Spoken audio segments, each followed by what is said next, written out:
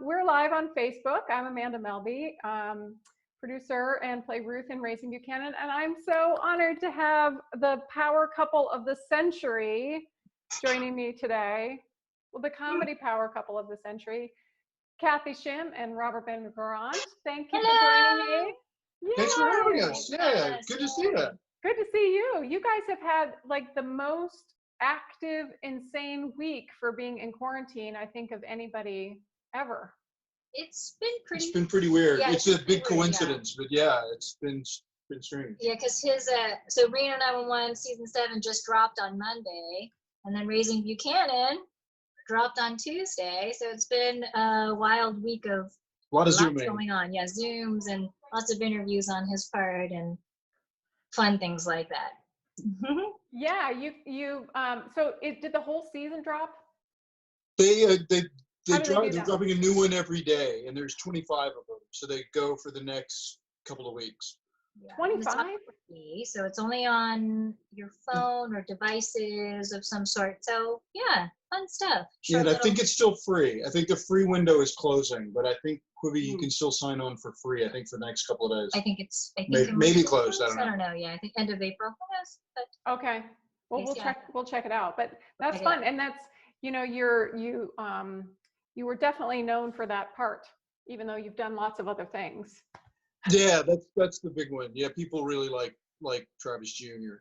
And luckily, this year we introduced Travis Mrs. Jr. on the show, who's played by an Asian actress whose name I forget at the moment. Who she is. So we're doing promotion at home, and luckily I live with the actress who plays my wife, so we got to do a lot of promotion like in character together. Yes. And Abby, our 7-year-old daughter, plays our daughter in a scene on the show, so she got to get in on it. It's like, so we got to like shoot little weird home movies at home, dressed up as pretend police officers. It was really fun. Abby really had a very good time. It was super fun. And on his show, it's delightful that also my mom got to come and play. So 3 generations of show got to come out and play with Junior. So it's very kismet that we live together and we're quarantining together. Yeah, so we've been able to film stuff this week, little stupid stuff for TikTok and everything. It's been I saw the quarters one today. Yeah, I think they're dropping like 2 or 3 a day. Everybody, so you can tell everybody's stir crazy because like the whole cast is like got their mustaches on and they're at home making their wives film them doing silly things. So it's been very odd, very strange. Like project, so that was fun. It gave us something to spin on together. And what was it? Abby wanted the boots or something. What was the deal with the boots? Didn't you tell me something like she really wanted like to be on the set? She wore like sparkle galoshes on the show, and they just blew her mind. Yes. She like loved them. I mean, I think the whole idea that she went to a place and somebody like did her hair, and there were like sparkle boots waiting for her. Yeah, it's like her favorite really color too, blue boots. And so our wonderful wardrobe costumer, Kat Ornbreath, was so sweet, and she gifted them to Abby. So that was a huge. That's so sweet. Yeah, so she's very excited. Very excited. That's a nice. She'll remember that, and then she'll have the pictures of it, and then remember it even more because those boots won't fit forever. That's for sure. Right. And I think that the thing I hope when she gets older that'll really resonate is that she got to do something not just with her mom and dad, but her grandma, like all of us together. Yeah. It was crazy, chaotic, wonderful Junior world. So yeah, it was super fun. It'll be fun. I hope she looks back with fondness on it. I'm sure she will. Yeah. I didn't remember that your mom had been to the set too.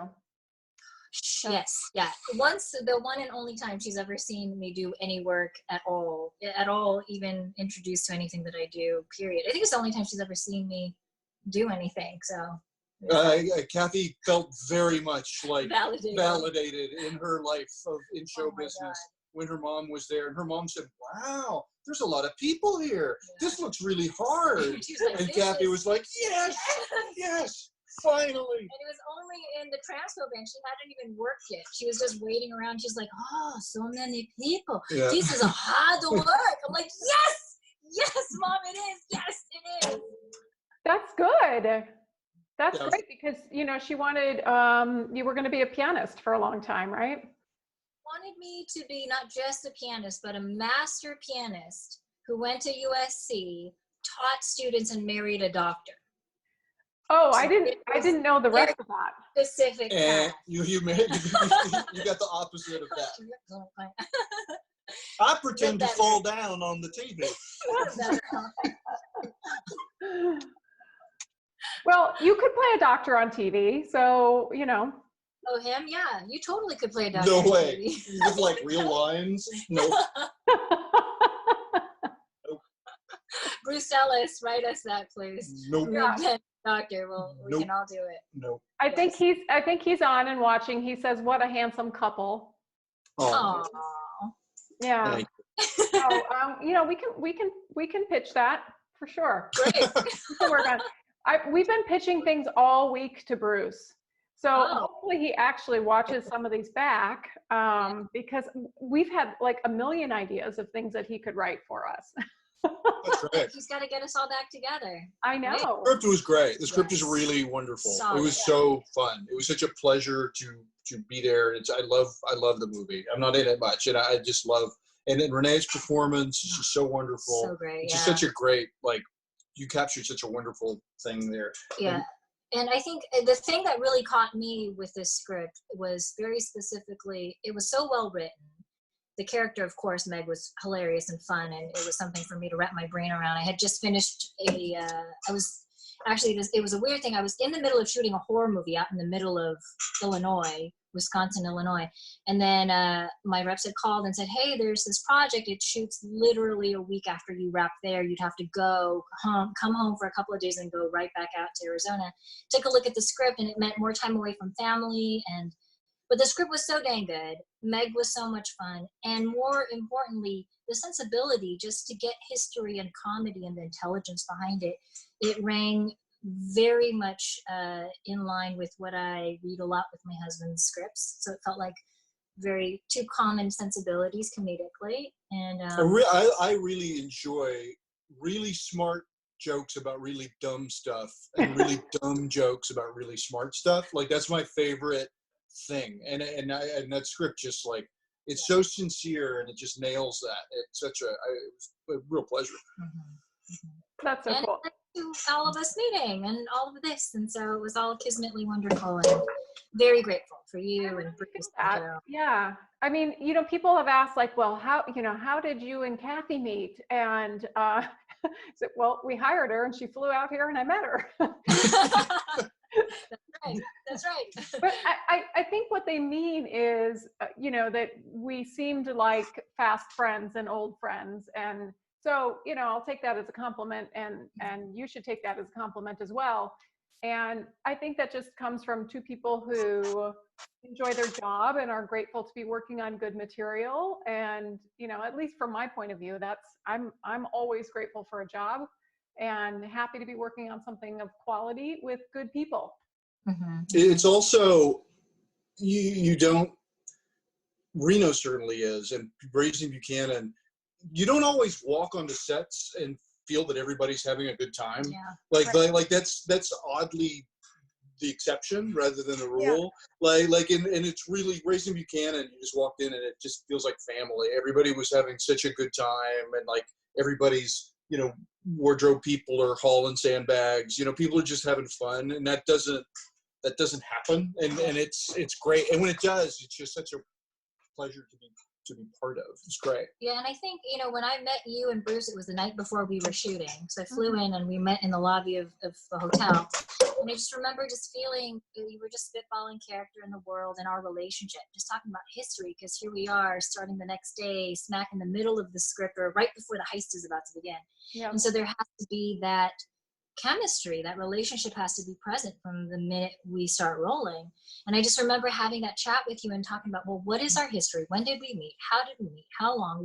How long have we been at the donut shop? What's the history with our lives together at home and your dad? And it all just felt like it all fell into place in a very kismet way. And I like you. I mean, it was very, I really just, from the minute that you and I just sat down, there was just that commonality. You and I both are moms. You know, I had just had Donnie a year before, and Abby was 4 years old. And so, and you had your two girls and very close in age too. And so it was very much nice to have that camaraderie from the very get-go. It wasn't faked in any way. It just felt very natural, you know, and organic. And Ben is right. I think that's what I love about indies is that everybody's goal, they have a common goal of let's put out the best work we possibly can. And it's this team heart mentality, and it's a small group. You don't have the money, you don't have the resources as you would on a huge, you know, mega feature project of sorts. And everybody just comes together and you become family like this, you know, everyone's doing hauling sandbags, whatever you need to do to pull together. Obviously you guys would never let me haul a sandbag, but it felt very, you know, close in that way where you just bond. And of course we had some situations on set that bonded us even more so, you know, in a more eternal sense of ways. And very kismet to have had Ben there in town and able to jump in and play our wonderful Lancaster guy. And it brought the opportunity for us to be together in a film. It's been a bit since we've been in something together. I think the last thing we were in together was Reno season 5, 4. Yeah, Reno was 11 years ago. Right. So and then also 11 years before that. But it was the Brandon Mullally bit. Oh yeah, season like 4 or 5. 4 or 5, yeah. And that was the last time we were actually on screen together. We've worked together, you know, in this kind of capacity where he's either directing me or whatever. But in any case, with Buchanan, that was nice to work together again. Yeah, and so Ben was visiting you, and you guys were your kid. Well, Abby was here at least, and so she got to come on set and see you guys both, but see you specifically work. She was so cute. She had such a good time. Running down the hallway. She had such a good time. It was great. Yeah. It was magical for her to see, because there's something that right now she was, especially at that age, in this world of not quite understanding that it's all still pretend. So her conflict when she watches movies with any bad guy, it really freaks her out. So it was really nice for her to be there on set for the first time, seeing not only what we do, but also to realize it's a whole world of pretend with all these people and this story that's being created. And it really kind of put that together in a really nice way so that later on when we could explain it's just a movie, these are all people, these are actors, there's, you know, wardrobe, there's this and that. And so it was a wonderful experience. Yeah, it was a great experience. Yeah.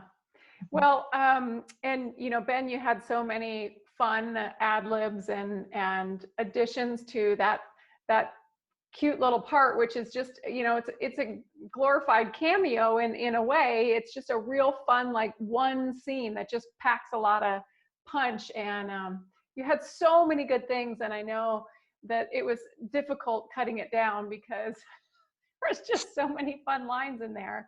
It drives my wife crazy, like, because I never say the same thing twice. Like, so because we did like a sketch show together years ago at Upright Citizens Brigade Theater, and it just drives her nuts because she's such a perfectionist actress, and she memorizes everything, and she can roll with the punches, but it drives her crazy because I never will say, even if it's a script that we wrote together, I'll never say the same sentence the same way 2 times in a row performance. And so, it drives people crazy. You have to pick a lane. It's like, are you in improv world or are you in scripted? And you got to let everybody else, or at least your scene partner, know, what the fuck are we doing? Like, are we improvising or are we sticking to the script? Because if you tell me we're in improv land, great, my mind will go there. But if we're on script and I'm waiting for you to set me up with my line, and you don't get there, it becomes like this spinning mess of just chaos. It's like, so that's where my ire comes from when I'm like, do I need to feed you that? Is this, so that's where that comes from. So what do editors think of you then, Ben? Oh, he's his own. I edit my own stuff. I don't really work outside the home. I really just do Reno. Right. I don't really act that much. You know, I'm a writer. I'm a screenwriter. I don't really, and it's good because it would make people mad. Well, you guys had that experience. Bruce, how did you do that? I know. What do you think, Bruce? We'll see if he types an answer in there. Yeah, I have, for my little acting studio, I make little short films with the kids during the summer. I'm probably not going to do it this summer, but it's always so interesting when you have to edit how you change things as an actor, right? Like it really taught me about, finishing my sentences all the way through to the period and putting a stop so that I can cut cleanly right there. Like all the editing was really, I don't love doing it, that's for sure, but it does teach you a lot about acting. Yeah, I think any actor would be served by, if you can, sitting in on one editing session just to see what it's like. And it's amazing, I think, the adjustments that you make when you've seen an editing room. Just like pause, just like hit your mark and then talk. Just like really simple little things that don't really click in until you see an editor struggling to make a scene come together, and it's interesting. Yeah. What else would you Bruce says it was an embarrassment of riches situation. Luckily you have a scene partner, so no, I was on the phone, so I knew I could go so nuts. it was yeah. nice to like let him just run anything. Yeah. Yeah. What else would you that you know now, for either of you? What do you know now that you wish you'd known earlier in your career? I think the biggest thing that I would tell myself as my younger self is just trust, because it's like no matter how much you push at it and you're like, I just, I keep struggling. I just want that co-star. I just want that line. I just want to book a role. I just want to get consistent work. I want that guest star. I want to go out for series regulars. I want to book a show. And it's like, it all happens in its own time and place. And I think, there are those rare exceptions where people hit and it's just like some random fluke of wonderfulness where they just hit and it's like their big break and you go. But 98% of the time, that's not really the case. It's like, it's a marathon. So if I could tell myself, I know it's so cliche, everybody says it, just enjoy the moments, just relax, just chill out.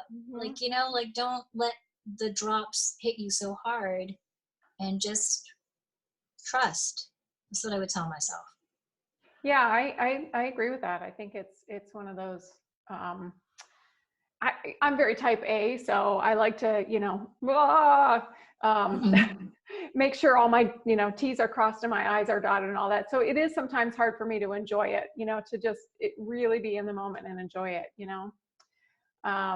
So, okay, we have a couple questions. Okay, what about him? What about yours? Oh yeah, Ben, tell me. Oh, I would say I wish I could get in a time machine and go back to I was a sketch comedian before I was a writer. I had a sketch show on MTV called The State in the 90s.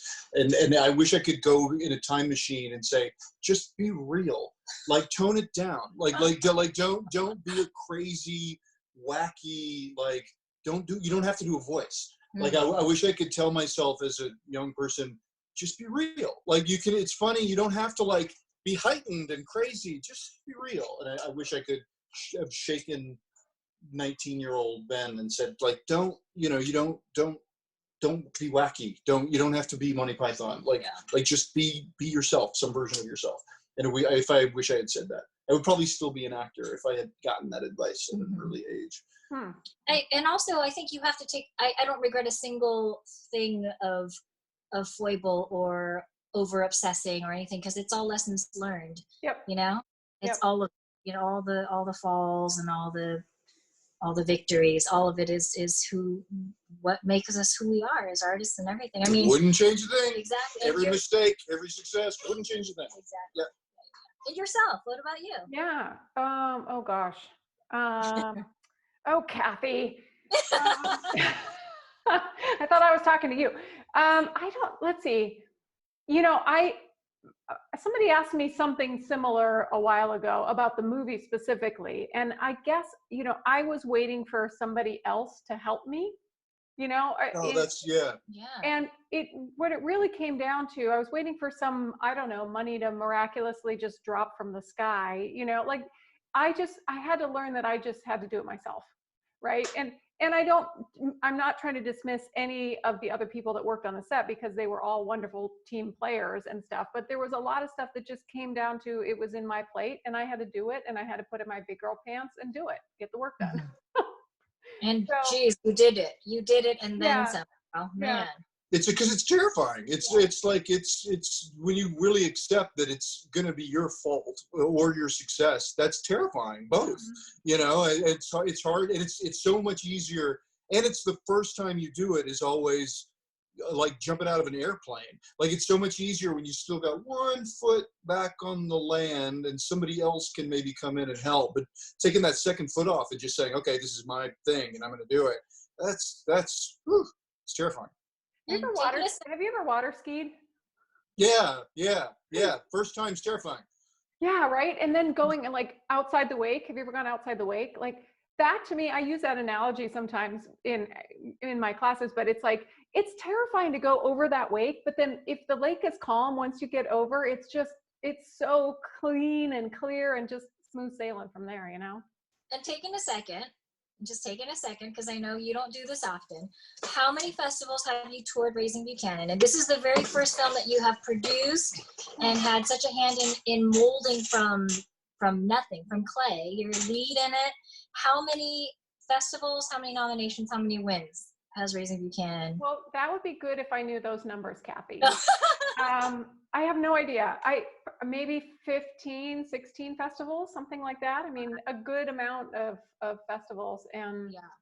You know, with the exception of the Pacific Northwest, what's up with you guys? You know, we've played a good rest of the country, a good, you know, East Coast, Southeast, North, Midwest, certainly here on the Southwest and the Southwest. So yeah, I mean, we had a great festival run. And you know, we didn't get into a lot. There was a lot we submitted to that we didn't get to. And, you know, like you were saying earlier, we wouldn't change anything. Would I want, you know, the festivals that we got into, they appreciated the film and they supported the film and they had audiences for the most part, you know, for That's us. great. And so it was a great run, and we won quite a few awards. And in fact, the best part about it is that our last festival, we were supposed to play in Houston. Yes. And we were supposed to play at this festival called World Fest in Houston. And we were going to open on Buchanan's birthday, of all things. Oh, I know. Yeah. And so we were really disappointed not to be able to go there. But, you know, life happens and everything. Right. But what the best thing was that Miss Oh, God. Cathy, Oh no. Oh no. what? Yes. Hey. I mean, honestly, like this was the icing on the cake for me. And I'm being so sincere because it's great that we won Best Picture in festivals and, you know, that sort of thing. But to have you and Renee recognized and to have you win. But also, I mean, but the thing is, this would have been our closing out festival, but also, regardless of any win or not, which I'm still floored and incredibly grateful for the project and just the accolade. It's insane. But to have shared that with you and with Renee and with Bruce and the wins for Bruce and Raising Buchanan, I mean, what a way to close it out, you know? Yeah. Like, so it was, yeah. So thank you, Bruce. Thank you, Amanda. Thank you, everybody. And I'm very happy to share that final festival accolade with all of you guys. I know. And I was kind of hoping you were going to be in your tiara and your and your ball gown or something for tonight's chat, but I didn't. Not the alcohol though. Oh, okay, that's good. You got a beer. That's good. Okay, so we had a question. Let's see. What was it like to work with Renee Oberginois? One of my favorite actors. Loved him on Boston Legal. Well, Cathy, you didn't share any scenes with him, but you were certainly on set with him. Mm-hmm. So what was it like, Amanda? Well, it was amazing because he was super generous. You know, you want to work with actors that are kind and generous and are good scene partners. And, you know, I don't think we could have asked for somebody better to spar with. And it was fun for me in the sense that his language, his dialogue was so different than mine. So that was a nice contrast for me, you know? Yeah. For sure. But you were on set quite a few days with him. I was. I mean, for the bulk of my work with him, any scene that I shared with him was to ignore him, which is a very hard thing to do with Renee Oberginois, let me tell you.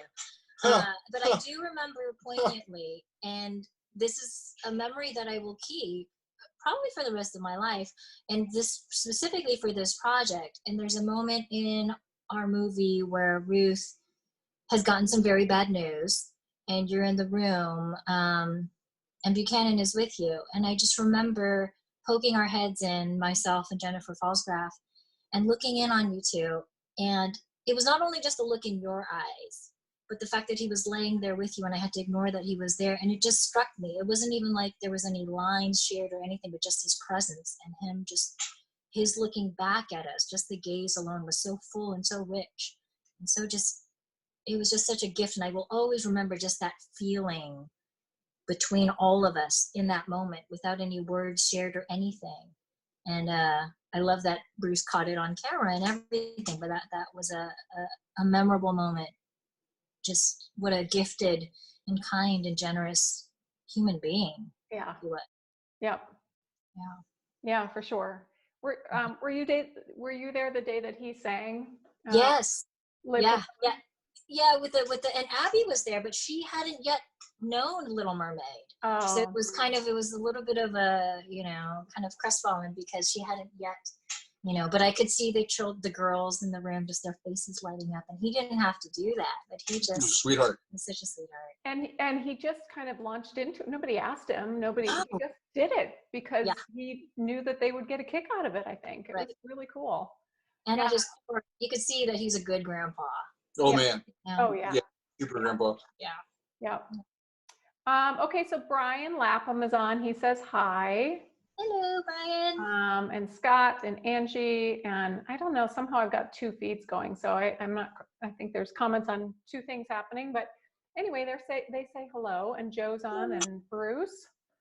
So you've got, Cathy, what are you up to? Do you have anything else lined up that's post-quarantine coming up? Post-quarantine. Well, there's a couple of things. I guess that I had another movie that I had helped produce called I Will Make You Mine that was supposed to make its debut at South by Southwest that did not. I was just a producer on it, and I'm very proud of this film. It's an Asian American-led project. My dear friend Lynn Chen, it was her directorial debut. She wrote it, she stars in it.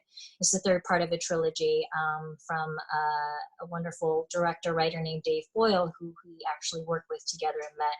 So that is going to do its own, I guess, however cyber festival run, whatever we can kind of muster through on that. And beyond that, Reno's coming out. We've got Reno coming through. And also, the episodes. Yeah. Reno episodes are dropping.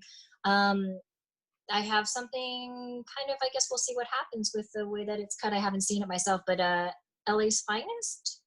I'll be doing a couple of episodes on a Gabrielle Union, Jessica Alba show on Spectrum Cable. Awesome.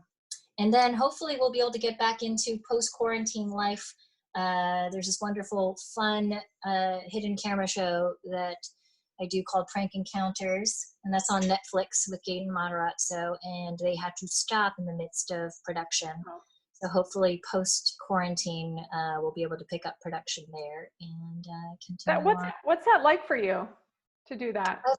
I love it. Yeah. I absolutely love it. It's such a weird, bastard stepchild of our artistry, but I just love hidden camera. It's the closest to live theater on camera you will ever get. You get one take. You can't be the reason that it doesn't work. I mean, you cannot be the thing that busts the whole thing. Like the very first time I ever did hidden camera was on a show called Punk'd. This was eons ago. This was back on MTV. And my very first mark was Magic Johnson. And I remember being in college in my 20s, early 20s, shaking in my boots, going holy shit, oh my God, it can't be the reason that this doesn't work. And his son had set him up, and it's this whole elaborate thing where I'm this vicious ex-girlfriend that comes along, and he scorned me, and so then I go outside and I start keying his car aggressively with dictators and fuck you, and it turns out that it's actually Magic's car, and the whole time well, this is your fault, this is the kind of son you raised, and it's fucking Magic Johnson. He's a good human being. Yeah. So, and that was my dropping into the deep end of hidden camera, and since then it's been I don't know, 7, 8 shows, different random productions that I have found a little niche in, and I love it. I actually love it. So much fun. A couple years As ago. long as it's not mean-spirited. I do Yep. draw the line on that. I Yep. feel terrible when it is mean-spirited, and I've been very lucky that nothing has crossed over into that line. Yep. But yeah. She was also like COVID life. Today I was downstairs doing crafts with Abby, and she was upstairs. I don't know how much we're allowed to talk about it, but she was upstairs recording dialogue for a animated movie that's coming out that Rob Minkoff is directing with Ricky Gervais and Sam Jackson. It's a Mel Brooks. I don't know if we're allowed to say all that stuff. But she was upstairs doing line for the animatic of it. But they're working on it now. So it's the times are weird, man. It is, yeah. Voiceover world. I mean, you just can't. I literally, I'm like, I can't keep up with all of the auditions and everything with the voiceover stuff. I just can't do it because you're wrangling kids and you're homeschooling and you're wrangling kids and you've got whatever work stuff that you've got to do. And so auditions kind of take like that 6th, 7th position. I think that's what's hard about this, what we're doing right now, is that all of a sudden it's like you can't just focus on work because your kids are at school. You know, they're home, and so you have to be a parent in addition to working. And so, it's been definitely an interesting balance, and it hasn't been very balanced some days in our house, that's for sure. I'm not getting anything done. Like because I'm supposed to be writing a horror movie right now that we sold before, and I just can't do it. I can't. At the end of the day, I don't want to go downstairs and like go to this super dark place of scary, you know. And so I'm just not doing it. You know, I'm writing jokes. I just can't get dark and murderous and creepy at the end of these days where we're with juggling these 2 kids all day. So I mean, we'll always look back at this and say, wow, this was great that we got to spend so much time with our kids at this age. But it's we're just running around like chickens with our heads cut off, like just trying to meet deadlines. How are you doing with Sophia and Isabella? Are they, because what grades are they in now? They're in 8th grade and 5th grade. Wow, so that's like full on. They've got another couple weeks of school, and they're doing really well. They're very self-sufficient, which is good. You know, it's mostly, but I don't like not knowing every day what they're doing and checking in and making sure that they're getting stuff done. They are, because they can handle it on their own. But I'm generally a little bit more hands-on, so it's been a little bit weird to, you know, have it all here in one place. Yeah. But yeah. Ben, do you write from home, or do you have a place that you go to? No, this is here. This is my office. This is office, This is the wonderful, incredible man cave that This he's got. is the dad cave. This is where the magic happens. Ooh, there's a fridge and a stove. Yeah, the fridge was from our old place, and the stove was from the old place. Stoves. And the fridge was a gift from me, an old vintage fridge. Abby's garden, I see. Abby's been growing. And that's Abby's garden. Yes, Abby's garden, right. That's the start of Abby's, and it's going to be transplanted very soon. Everything's in the ground except for the tomatoes and the peppers. Okay, cool. There it is. You know, they're really doing well. Everything looks really healthy. Yeah, the corn's a foot high already. Oh, really? Yeah, it's already like, there's corn, the peas are already a foot high. Everything's doing great. Ben's from Tennessee, and this is what he used to do with his dad, so that was a big selling point here. Yeah, Abby, it's fun. Abby's very, very interested in it for about 40 seconds. And then her and I will go out and we'll help, and then we'll go back inside. We'll put our foot to the shovel maybe once. Maybe we'll transplant one pot, and then we'll go and wash our hands and go do something outside. Pretty much. Oh, funny. It. Well, listen, I don't want to keep you from your beautiful family any longer, and it is Friday night after all. So, Marty, are there any other questions that people sent in? Let's see. Al Lewis said, just started watching the film today. Funny, great story, great acting. Can't wait to share with others. Yay! Thank you. You're super cute to watch. Aw, thank Renee, you. Legend, everyone did great work. Excellent film. So there we go. Al said, Amanda, what are you working on? Al, I am doing this. Al, this is what I don't know, Al. As soon as I'm done with this and it's really launched into the world, then I'll have space in my brain for something else. Well, we're working on Bruce on the next pitches, so Yeah. there's that. And We also, are. you opened your own acting studio. I mean, I'm sure Well, you've met at some place. That's what happened is, this COVID thing, I had to transfer all my classes to online. So my ASU, I teach screen acting at ASU, and they're like, well, teach it from Zoom. And I was like, how do you do that? But I figured it out, and kudos to my students because they figured it out, and we made our way through it. And actually, there was some really interesting creativity that came out of it. That's great. Yeah, so this whole like pre-launch of the film during quarantine has been a little bit much because I've just been trying to adapt. Right. Right. Yeah. But I'm looking forward to the summer and having some space in my brain to do some other fun things for sure. Yeah, and also take a break, a much needed break. On Sunday, it's Mother's Day. Happy Mother's Day to you. Oh, happy Mother's Day to you. Wait, what? I know.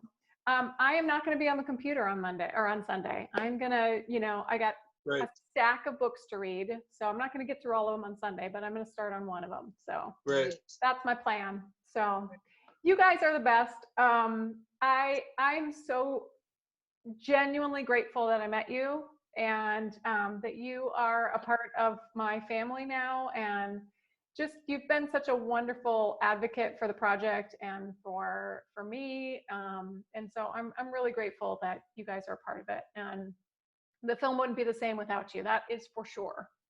We love it. It was a great experience. Great. I think it's a perfect time. I think post-quarantine, I'm going to head over to Arizona. We're going to get Ruth and Meg tattoos. Just letting you percolate on that. That's what the plan is. It's a weird plan. Okay. All right, back to the desert. You're going to come back to the desert and we'll hang out. That we would love. Love that. Yeah, that we would like a lot. Great. Cool. Well, if people haven't seen the movie yet, it's out now on Amazon Prime and iTunes and Google Play and a whole bunch of places. And yeah, so thanks for joining me. Have a wonderful Friday night. You guys are the best. And have a great weekend. Have a great weekend. We love you. Yay. Bye. Good to see you.